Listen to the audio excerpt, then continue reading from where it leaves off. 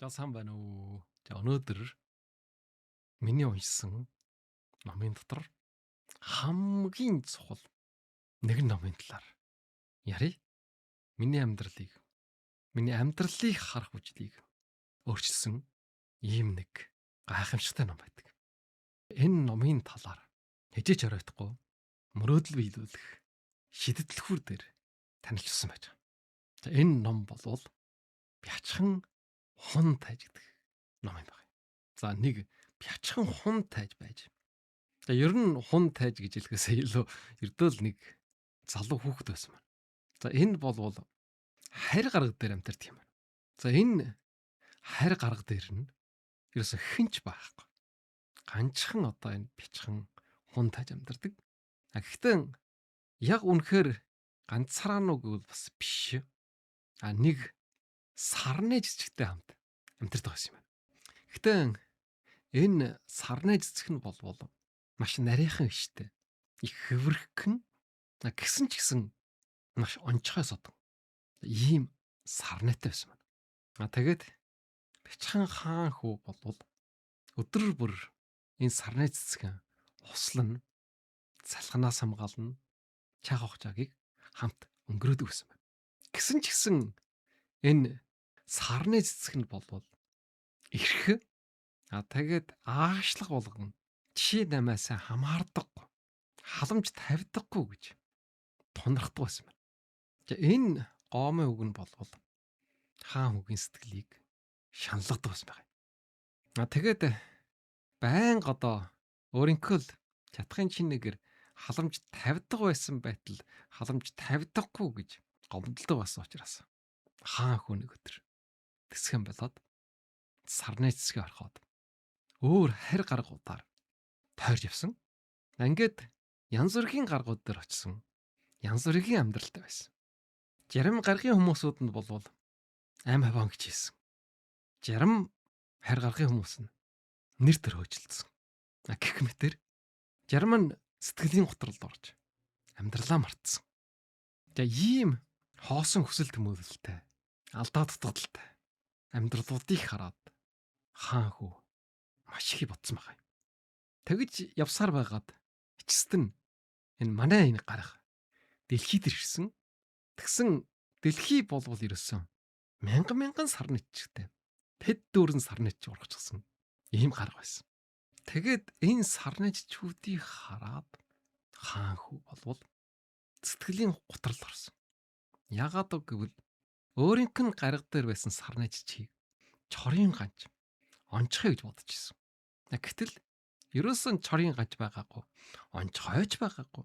Дэлхийгээр дүүрэн сарны байсан. Ингээд сэтгэлийн готролд ороод гажир ширтээд байжсэн. Тэгсэн гинт нэг үнэх хажууд нь ирээд өөрт нь хэлсэн. За үнэх юу гэж хэлсэн бэ гэвэл хамгийн чухал зүйлийг хүн нүдэрээ харж болохгүй. Зүрх сэтгэлээрээ хардаг гэж хэлсэн байгаа юм. За энэ одоо юу гэсэн үг болж байна? Үнэг цааш нь тайлбарлаад хэлж байгаа юм. Чиний сарны цэцэг бусдаас ялгаагүй ч гэсэн харахад харин чи өдөр болгон усалсан, халамж анхаарал тавьсан цаг хугацааг хамт өнгөрөөсөн. Энэ нь чамд энэ сарныг онцгой болгосон гэж хэлсэн юм байна. Ингээд хаан хүү гинт ухаарсан. Өөрийнх нь сарны цэцэг анханасаа ерөөсөө онцгой байгаагүй юм байна. Харин хайрлж халамжилсан учраас онцгой болсон юм байна гэж тэгж мэдсэн юм байна. Энэ бол асар гайхамшигтай. За миний хувьд энэ Бяцхан хаан хүү гэдэг номыг уншаад сая ойлгосон. Би өөрөө бас мэддэг байсан. Тэгээд энэ хижээч оройтхгүй мөрөөдөл биелүүлэх шидэтлэхүүрд оролцсон юм байгаа юм. Онцгой хүн гэж байхгүй. Онцгой хайр гэж байхгүй. Онцгой гэр бүл гэж байхгүй. Онцгой хийсэн бүтээсэн зүйл гэж байхгүй. Тэгсэн мөртлөө яагаад би энэ хүнд хайртай? Би гэр бүлийнхээ төлөө байна. Хийсэн бүтээсэн зүйлэн үн чэнтэй гэж үздэг. За энэ нь хариулт гарч ирж байгаа юм. сэтгэл гаргасан, итгэл хүлээлгэсэн, чаагж арчуулсан энэ зүйлэл бид нарын амьдралын учир утга баяр хөөр болдгийм байна. Өөрийн чинь үнчил гэсэн үг. Би яхаараа энэ хүнд хайртай байдаг. Ийм асуулт бид нарын толгойд орж ирдэг. Жармууданд бүр арай би буруу хүний хайрлсан юм биш үү? Үнэндээ би хайртай байгаагүй байсан юм биш үү? Гэх гэж иргээр янз бүрийн бодол бид нарын толгойд орж ирж байдаг. Тэгвэл энэний хариулт нь энэ дотор байж. Яг энэ номон дээр бичсэнтэй адилхан. Өөрийн чинь хайрлсан, дурлсан хүн. Үнэхээр хамгийн үжигсэнтэй сайхан нь хамгийн ухаантай гэдэг ч юм уу. Хамгийн шилдэг гэдэг ч юм уу. Тийм байгаагүй байж болно. Ердөө энэ олон мянган хөвгүүдийн дотор байдаг ердөө хамгийн ердийн хамгийн энгийн нэгэн байж болно. Гэсэн ч гэсэн би энэ хүнд хайртай дуртай. Насан туршийнхаа амьдралыг холбосон. Тэрэн дээр нэмээд би бүр өөрийнхөө зүрх сэтгэлийн хүртэл шингээсэн. Тэгсэн байтал надад гомддог. Намайг гомдоох үг хэлдэг. Миний зүрх сэтгэлийг ойлгодог. Салчмаар байдаг. Бячхан хаан хүүтэй адилхан орхиод өөр гаргад дээр очмоор санагддаг. Тэгвэл тэрний хариултан дээр яагаад би энэ хүнд хайртай? Яагаад вэ гэдэг зэрэг би халамж тавьсан. Чаг хугацаагаа зарчулсан. Зүрх сэтгэлээ шингээсэн. Тийм учраас би энэ хүнд хайртай байгаа юм байна. Ингэж өөрийн бүтээсэн энэ амьдрал үнжинтэй. Өөрийн амьдралын учир утга болдго юм байна. Ингэж авч болно. Ганцхан хайр сэтгэлийн асуудал биш. Гэр бүл байна. Гэр бүл ч гэсэн ялгаа байхгүй. Ягаад бид гэр бүлөө эрхэмлэх ёстой юм? Орхиж болохгүй. Энэ гэр бүлийн төлөө чаг хугацаагаа амьдралаа өөрийнхөө бүх зүйлийг зориулж ирсэн. Тийм учраас өөрийн чинь гэр бүл өөр чинь онцгой үнцэнтэй байгаа юм. Тэгэхээр сэтгэл судлалын шинжилгээ ухаан дээр бас ийм ойлголт нэр томьёо байдаг юм байна. Тэр нь юу гэх юм бол нэгдүгээр хичээл зүтгэлийн үн чинийн нөлөө гэсэн ойлголт байж байгаа. Энэ нь юу гэвэл би хичээсэн учраас үн чинтэй тэгж үждэг. Би шалгалт шүүлгэд унчиж магадгүй. Спорт, биеийн тамирын тэмцээнд амжилт гаргахгүй байж магадгүй. Гэсэн ч гэсэн яах вэ? Би хичээл зүтгэл гаргасан. Тийм учраас үн чинтэй. Би чиний төлөө, гэр бүлийнхээ төлөө, төс компанийн төлөө, улс орныхон төлөө зүтгэл гаргасан. Тийм учраас энэ бүхэн надад үн чинтэй гэсэн үг. Тэгээ хоёрдугаар нь бол өөрөө бүтээсэн үн чин. Энэ юу гэхтэй зэрэг өөрийн гараараа бүтээсэн юм үн чинтэй байдаг. Бусдын хийсэн бүтээлүүтэй харьцуулах юм бол шаарлага хангахгүй байж болно. Чанартай хийж чадаагүй, сайхан хийж чадаагүй, жинхэнэ мэрэгжлийн түвшинд хүрээгүй. Гэсэн ч гэсэн би энийг өөрийн гараараа бүтээсэн. Тийм учраас үн чинтэй. За одоо би энд бараас сууж энэ хижээч оройтхгүй. Мөрөөдөл биелүүлэх шийдэл хөр. Би энийг өөрийн гараараа бичсэн. Зүрх сэтгэлээр. Юу хаанаа шингээгээд. Тийм учраас энэ ном надад үнцэнтэй. Эний шиг та бүгдийн бүтээсэн хийсэн бүх зүйл бүгд үнцэнтэй. Өөрийн чинь босгосон гэр бүл байна. Өөрийн чинь босгосон компани байна. Өөрийн чинь гар биеэрээ оролцоод амьдарч байгаа улс орн байна. Энэ өөр чинь үнцэнтэй. 3 дугаар нь сэтгэлийн холбоо. За энэ юу гэхтэй зэрэг сэтгэл шингэсэн зүйл үнцэнтэй байдаг. Сэтгэлийн шингээс учраас гэж хүмүүс ярьдаг. За энэхээс зэрэгээр ямар сэтгэл гаргаагүй зүйлдэ хүн хайхарамжгүй ханддаг. Тийм учраас хүн өөрийнхөө зүрх сэтгэлийн шингээсэн зүйлийг онцгой гэж боддог, үн чинтэй гэж үздэг. Тийм учраас ингэж хичээж, зүтгэж, өөрийн гараараа бүтээж, зүрх сэтгэлийн шингээсэн зүйл болвол зүгээр нэг жирийн хичээл биш. Өөрийн чин оролж байгаа шингэсэн амьд хэсэг болдог гэж бичсэн байна. Ганцхан өөрийн чинь зүрх сэтгэлийн шингээсэн хайрлсан, дурлсан, хөндөлсөн, биширсэн, дэмжсэн, тусалсан, өсгсөн, асарсан энэ хүмүүс биш. Эд жийл хүртэл өржин амьд гэсэг болдог.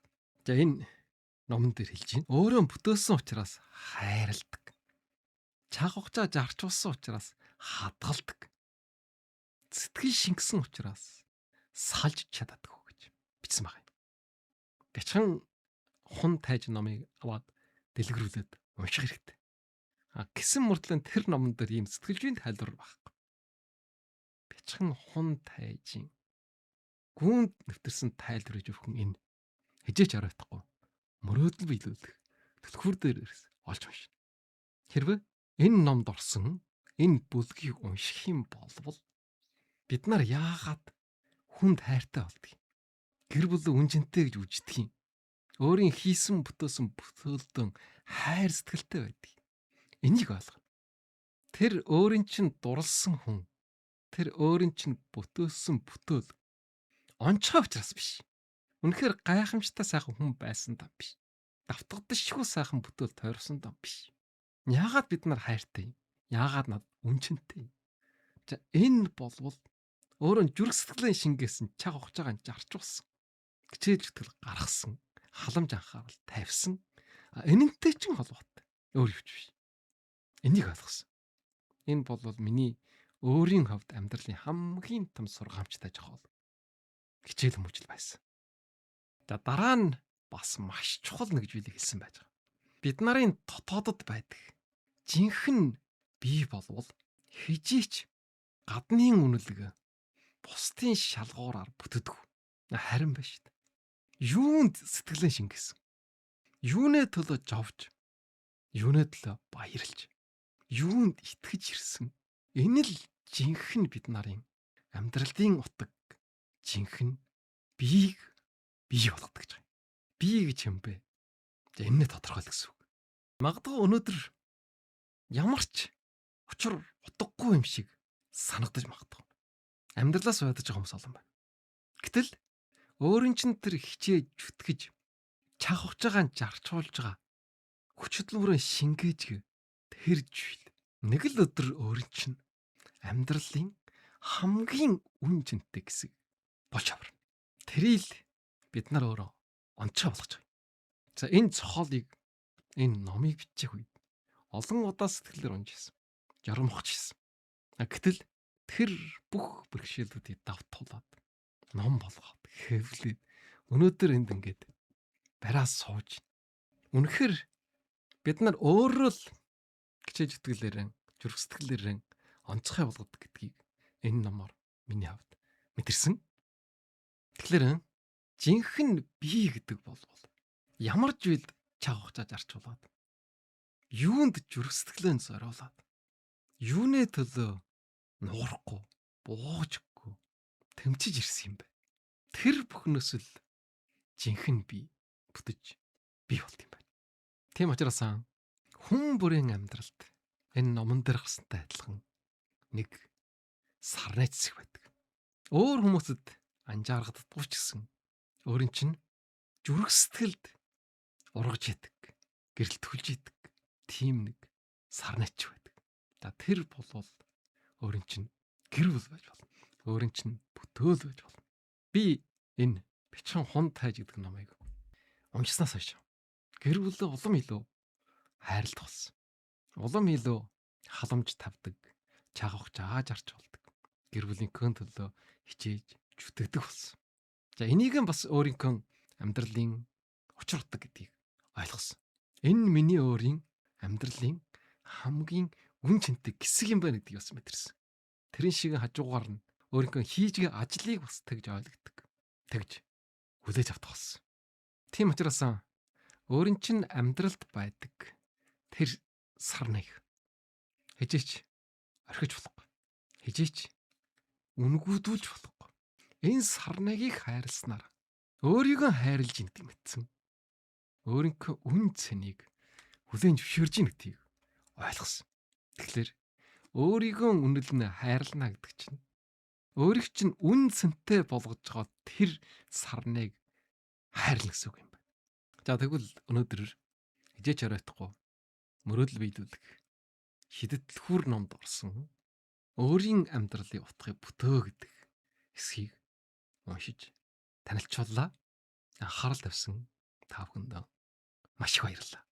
Дараагийн дугаараар баяртай болж.